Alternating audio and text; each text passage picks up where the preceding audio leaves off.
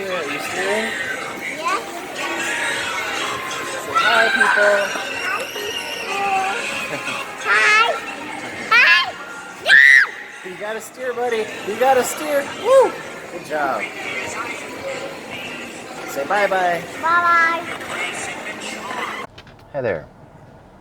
So I'm hoping that by the time I post this video, I have figured out how to splice together two video segments and post them, because at the outset of this one, I wanted to include a short clip of my beautiful 2-year-old son cruising around on this rental horse thing that you can get at the mall. And I did have a specific point in mind that I wanted to make about that, but I think I'll come back to that later, because the first thing I wanted to talk about is some of the responses I got to my last video. So there are people obviously with opposing points of view, and I kind of think that as a general rule of thumb, it is a good idea to amplify and strengthen the arguments of your opponents, and take maybe the 2 or 3 best arguments they have against some idea that you're putting forward, just to ensure that you are correct, and if not, be willing to admit it and change your mind. And you can't really do that by misrepresenting the viewpoints of people who disagree with you. You really ought to be able to address their evidence or ideas head on, and do so with the full knowledge of what the best arguments they are putting forward are. So you ought to be able to repeat them accurately, and if not, then you haven't done enough research to come to an accurate conclusion.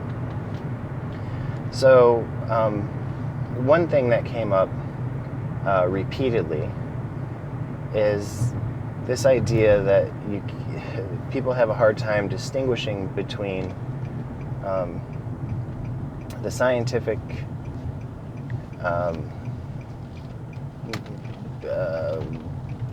the scientific approach to understanding the world in terms of speciation and everything that has happened materially that is observable all around us, and separating that from the scientific hypothesis about how everything came into being. Because these are two separate concerns.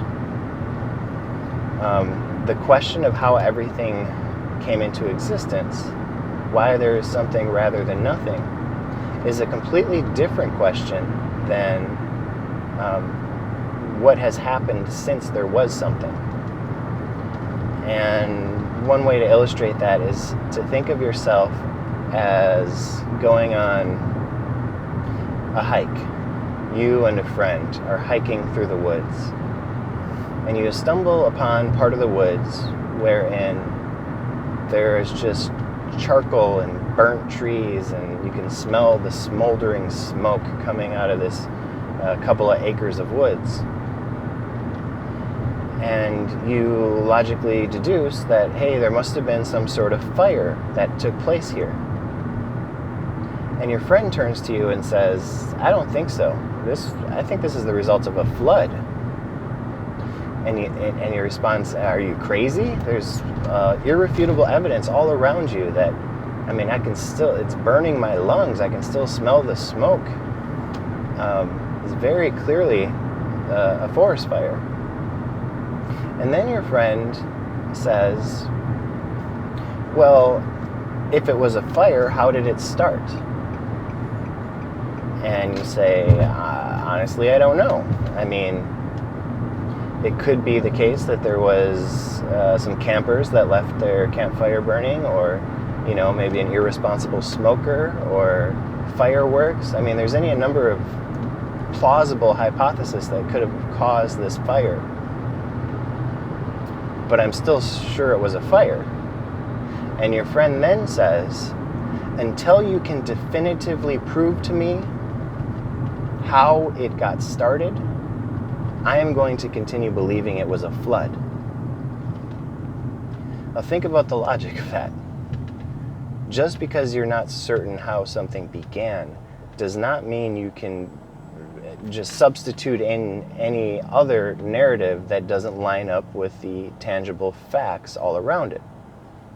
A flood is not a good explanation for smoke and ash and all of that.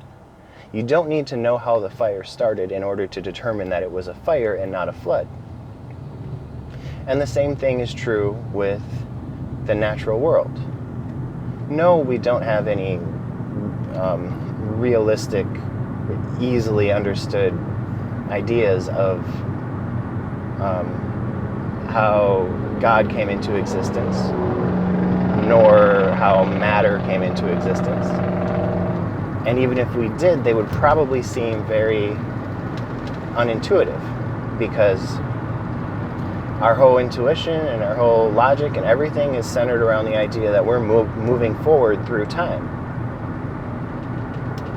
And anything that existed outside the universe or before the universe would likely not be subject to time, because time is a component of our universe. In fact, you can't even have movement without time. When you think about transitioning from point A to point B, you are doing so through the fluid of time. And that includes neurological connections. You can't form a thought where a synapse is connecting with another outstretched arm of another synapse without moving through time. So it's very difficult for anybody to fathom anything that existed outside of time.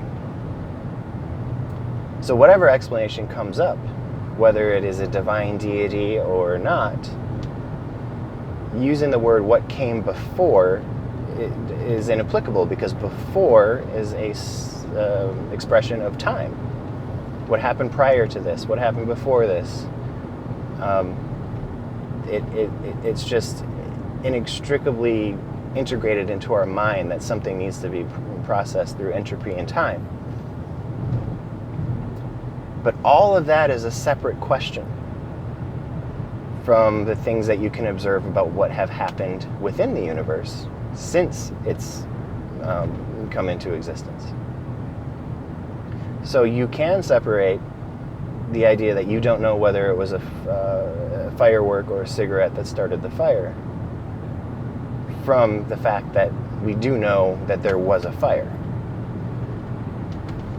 You don't need to have all the answers to fill in some of the relevant gaps. And some of the relevant gaps are the things that I listed in that previous video. But one person brought up an idea that I had actually considered at the time that I was thinking about these issues. And I think it deserves a fair shot. And that is the idea that, so I had said one of the initial stumbling blocks for me was the fact that the fact that all of the natural world, biology, all of the animal kingdom, really seems to be involved in this vicious arms race where, a cheetah will get faster, but so will the gazelle, and the gazelle will get faster, and all the slower ones die off, and only the fast ones are allowed to breed, and that keeps happening between these two organisms, and they are competing for the sake of their own genes, and just improving each other over and over again, generation after generation, to the end result is a very fast cheetah and a very fast gazelle. And the same is true with the neck of a giraffe, as opposed to animals that are competing with it that don't have as long of necks, in addition to the eucalyptus tree just putting its leaves higher and higher. And these competing organisms really improve each other's survival skills over and over again. And this happens everywhere in nature, and some of it is really vile and disturbing. Like a guinea worm, for example, like the cheetah and the gazelle, a guinea worm versus the human being is a really grotesque arms race where this particular parasite can only feed on hominids, human beings. It depends on us for its life cycle. So it's well adapted to prey on humans. So in Africa, its whole life cycle involves starting off in the water, getting ingested by a human, entering the bloodstream, growing into this long worm that climbs down through the pores and into a human's feet, and then eventually burst out of the skin of the human's feet. It's very agonizing, and the human ends up, seeking relief and putting their feet in water, which is again where it all starts over again. The worm then transplants its eggs or whatever in the water. And one explanation for why nature is so cruel and violent and everything seems to be designed to either kill or avoid being killed and to reproduce, that someone responded to my video with was, well, it's not just humans that inherited imperfection, it's also the rest of the animal kingdom and the natural world. And that makes sense because if it weren't for these defense mechanisms like camouflage and venom and fangs and hypodermic needles and all of these creative ways to cause harm, humans would dominate, immediately just destroy all the species because they're not, they now need these defenses now that humans are imperfect because we can't be trusted to have stewardship over the world. And I have actually considered this idea, and there's a few things that that cause me to reject it as a plausible explanation for the natural world. One of the reasons is just that all of these tools and stuff that the animals use to hurt each other and to hurt us are not necessarily just as defenses against humans. They there's all kinds of life forms at the bottom of the ocean that we'd very likely never interact with that are just as violent and dangerous to each other. On top of that, the story of Job really contradicts that idea, because in Job, God appears to take credit for the violence and mayhem and devastating power of animals and the animal kingdom. So God is sort of trying to humble Job and bragging about these violent animals he's created. And he'll say, like, I did this, did you do that? Haha, I didn't think so. Talking about the fangs or the teeth of the Leviathan and the impenetrable scales of the Leviathan, and the fact that birds of prey feed their young with the blood of their prey, and lion cubs are fed off of their prey items, and he kind of just goes through a list of all these powerful, dangerous creatures that live in the world and takes credit for it. So you can't really say this is separable from the biblical narrative of violent things needing to have a creator. Incidentally, in that Job story, God appears to get some things wrong about how the world works. Like, the sky is like a metal dome pounded out like a mirror, a shiny surface that is so smoothly pounded out. And that happens to also be the worldview that people had at that time. The sky is a giant metal firmament dome, and that the stars are just little dots, points of light that are stuck in that dome.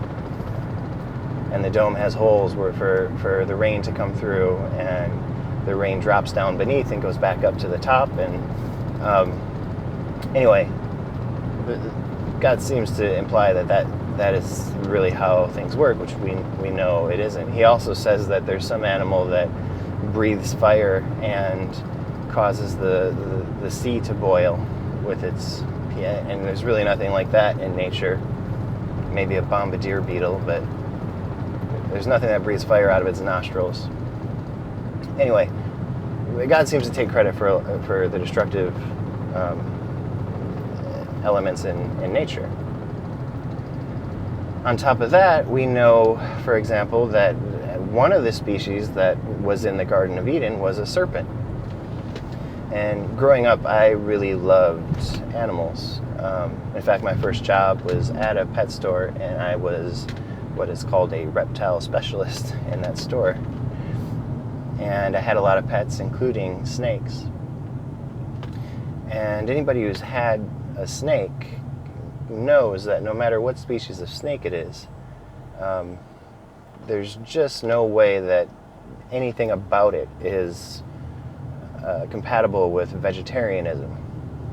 It doesn't have molars. It has sharp fangs that only ratchet backwards. They can't go forward, so it's better for snagging their prey items. Their digestive tract, their muscular system, their skeletal makeup, all of it is designed to destroy prey items. Even their behavior, the Bible describes them as the most cautious in the animal kingdom.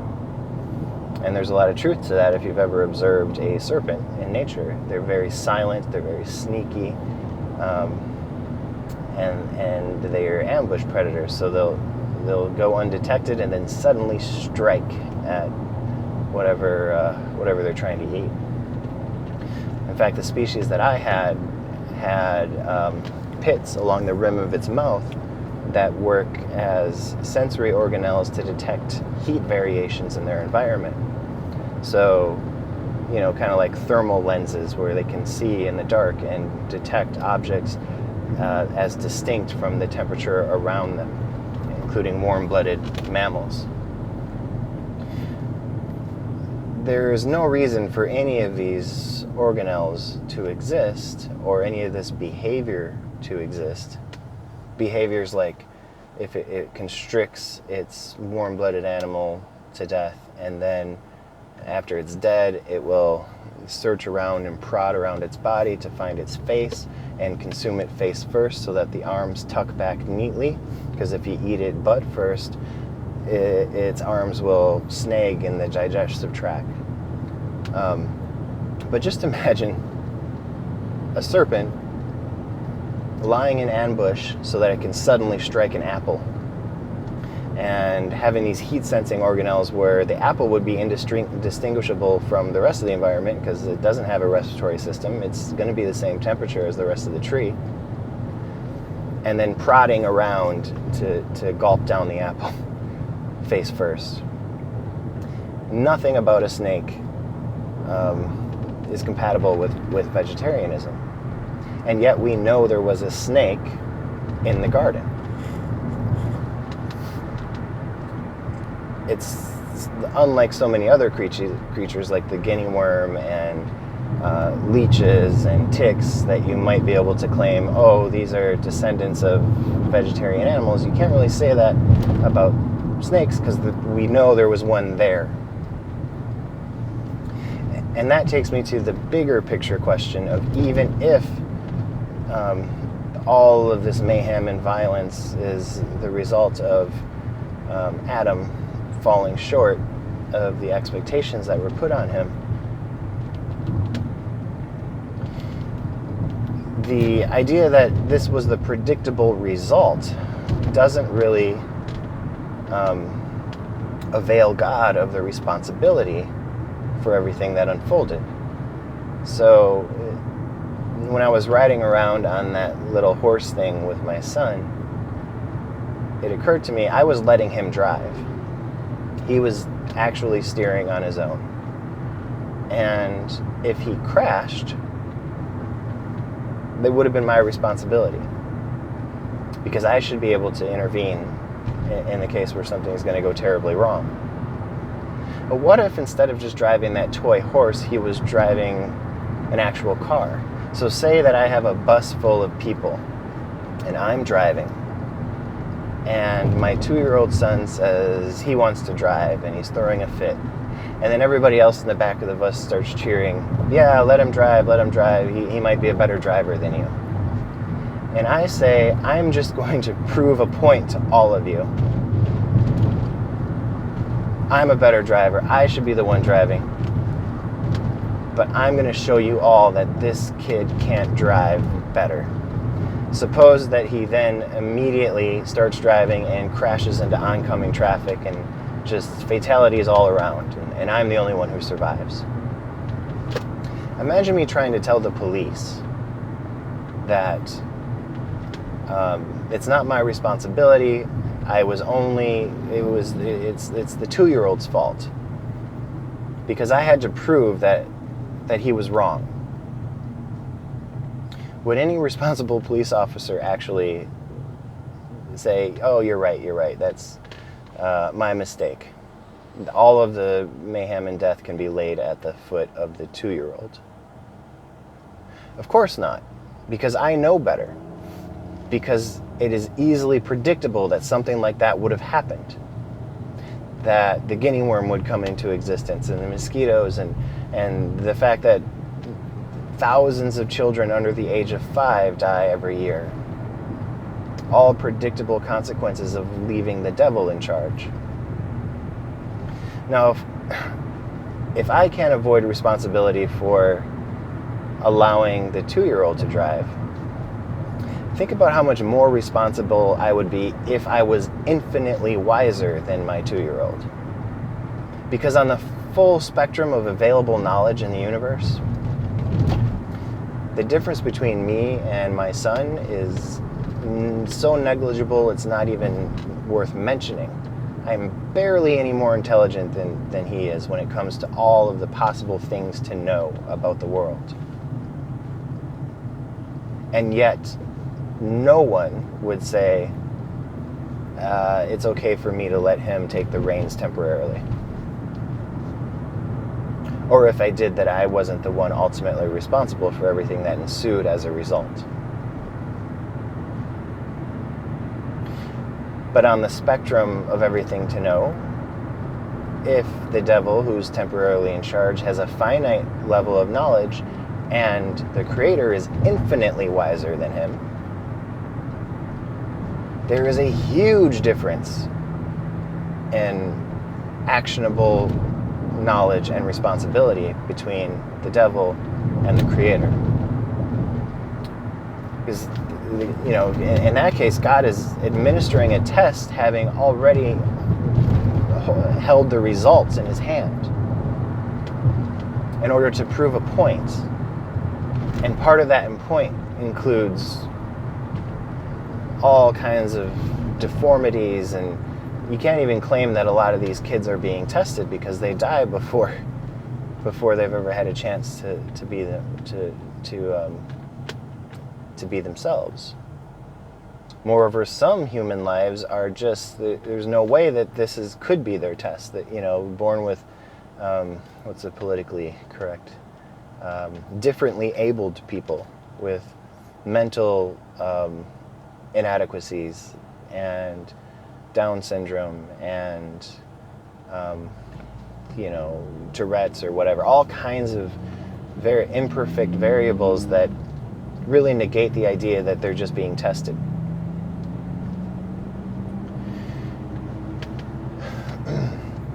And that's something we do a lot. We include a middleman to get over some consequential decision. So, because I remember growing up thinking, I feel bad for all of these other religions who don't understand that it's actually the devil that's causing most of the mayhem and misery. Because I would think, these people who other churches would say, if someone died young, oh, God works in mysterious ways. And I just wanted to say, no, it's not God, it's the devil. But when push comes to shove, everything is God. Everything. If you have the omnipotence and the omnipresence and the infinite knowledge and wisdom, there is no excusing your responsibility for all of the results that unfold, whether it's the devil or anyone else who you would like to assign blame to. So if the middleman doesn't work in that scenario, what other areas do we use God as a middleman? We do so when it comes to finding purpose in the universe. So many people will say, well, if we weren't specifically made for some specific purpose, then there is no point to our existence. So, ultimately the reason we exist is our whole purpose is to give glory to God. Well, if somebody has existed eternally and nobody made them, then they can't be said to exist for any particular reason or any particular purpose. They are just there because they are just there. So theologians who battle with this issue will say, well, that's why God created heaven and the angels and earth and all of that, is to add purpose to his life. Well, all that does is put the responsibility for purpose right back in our laps. You could just cut out the middleman and say the universe is just there because it's just there. And it's up to us to dictate whatever purpose we can out of our brief presence on this planet. Whether you invoke God for the problem of evil, you still ultimately end up saying, if you bring the devil into it, you ultimately end up saying the responsibility falls on us to, and our free will. That's the reason there's so much misery. If you invoke God for purpose, you ultimately end up having the responsibility put back on you for contributing purpose to an otherwise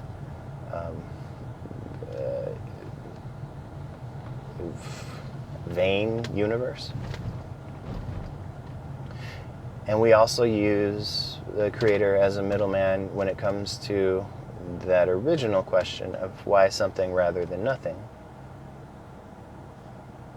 Because this is one thing that shouldn't be a point of contention among anybody. There's really only two options. Either, since there's something now, it popped out of nothingness, or there was always something in some form or another. That oblivion is infinite. And that is, both of them are very hard to comprehend. But adding human-like personality into the mix doesn't really solve the problem either, because either that personality existed for an eternity or popped out of nowhere. These are points we can all agree on. Most people who subscribe to this belief say the personality existed eternally, outside of time, which is fine, because that's the same thing that physicists would say about anything that came prior to the universe existed outside of time, or had its own kind of time and entropy. So we can all agree on that. This is not a confusing, or shouldn't be an issue that we argue with each other about.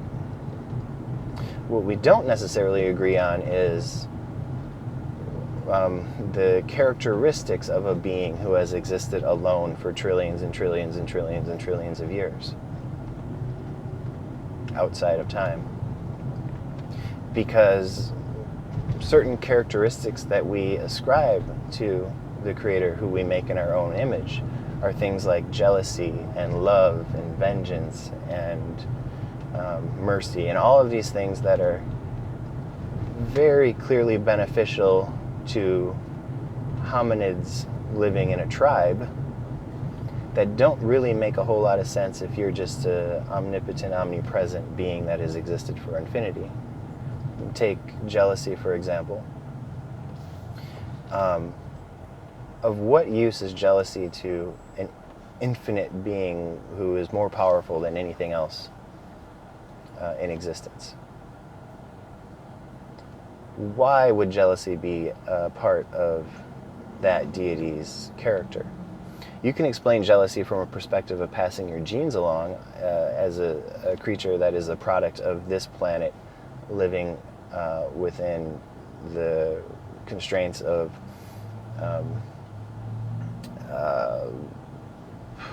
forget the word I'm looking for, but just coexisting with other fellow members of your human race. Jealousy over and jealousy and tribalism are sort of essentially bred into us because they help preserve our genes, they help us defend each other, they help us look out for each other's interest. Sexual jealousy makes a lot of sense. All make a lot of sense in the context of survival. But they don't make any sense in the context of just always being there and being the biggest, baddest, strongest thing ever. What do you have to be jealous of?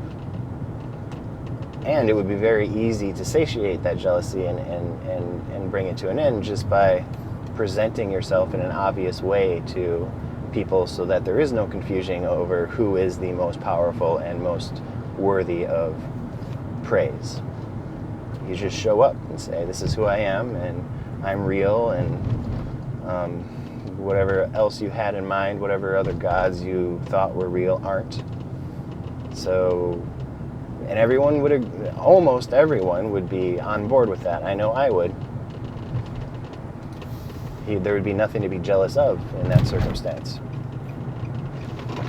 But that's just one example of a characteristic that makes a lot of sense for the human species that doesn't make sense from a divine perspective.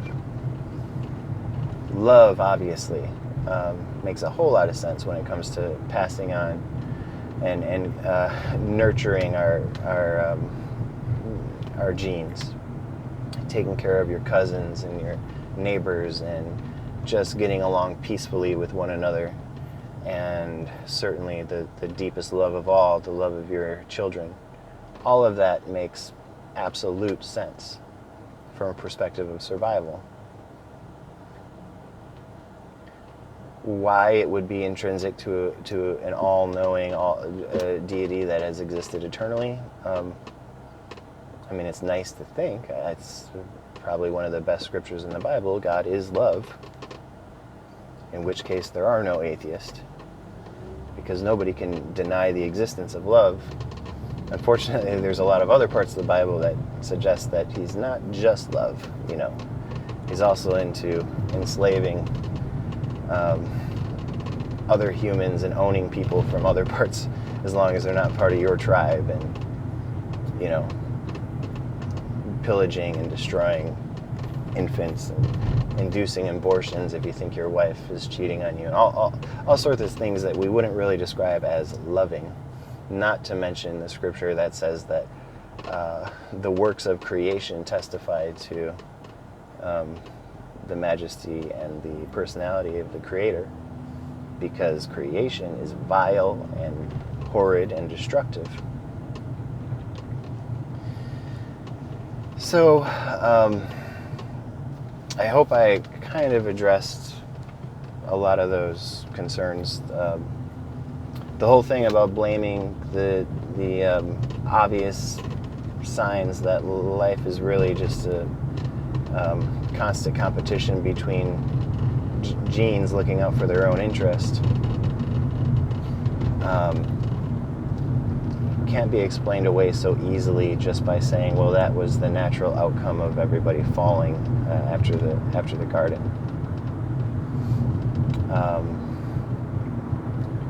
And these other answers that people invoke aren't really answers. You're not solving the problem of evil by blaming it on the 2-year-old. And you're not solving the problem of where something came from by adding a human-like person as that something. The question still exists. And I guess biggest of all is you're not really giving beneficial purpose and meaning to the fact that we exist because we exist by adding an additional person who can only be said to exist because they exist. I shall prove to be what I shall prove to be, saith the Lord.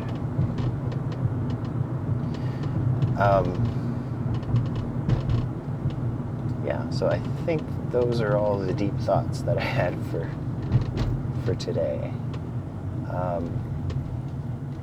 Thanks again if you made it to the end of this. We'll talk to you later.